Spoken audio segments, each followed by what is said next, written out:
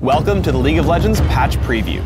I'm Freak, and in this video, I'll be discussing some of the balance changes coming into the next patch for League of Legends.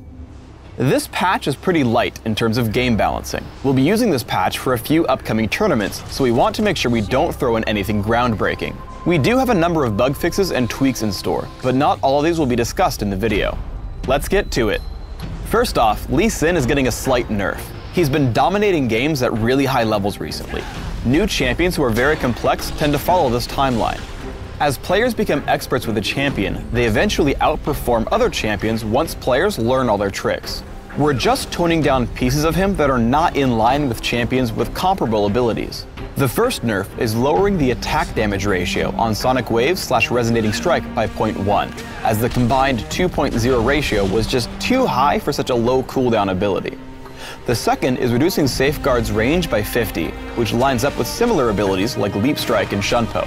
Ultimately, Lee Sin's playstyle and tricks are awesome, but his numbers are just a little too high, so this should give him appropriate number balance. Miss Fortune has a small quality of life buff in store. Her ultimate, Bullet Time, will scale off of both attack damage and ability power, instead of just the higher of the two. It's possible that hybrid Miss Fortune becomes a strong build, but the main goal here is to make all of her stat gains feel worthwhile. Next up is Morgana. She has two small nerfs in store. First, her passive, Soul Siphon, is going to give her slightly less spell vamp. This nerf is aimed at her early game sustain, where she simply drops a minion wave with Tormented Soil and heals just a bit too much from it. The second nerf is a 0.1 AP ratio decrease on Black Shield.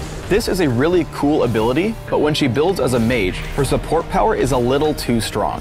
However, because we're nerfing the AP ratio and not any of its functionality, if you do play full support Morgana, you won't feel this nerf at all. Singe has a couple of minor nerfs as well. We're reducing the duration that the cloud from Poison Trails stays on the map. Right now it's out there for 3.5 seconds, and in this patch it's being lowered by a fraction of a second. Players used to get poisoned by an invisible poison cloud, so now it just matches the visuals. The second nerf is shaving off a bit of crowd control reduction on later ranks of the ultimate, Insanity Potion. It's still an awesome buff, but he's just a little bit too slippery when combined with items like Mercury Treads.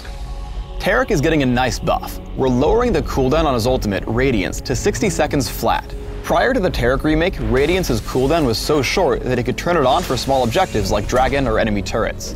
By lowering the cooldown, we want to recapture that feeling. Thanks for tuning in to the League of Legends patch preview. Please subscribe to the Riot Games YouTube channel up top, and give us a thumbs up if you liked this video.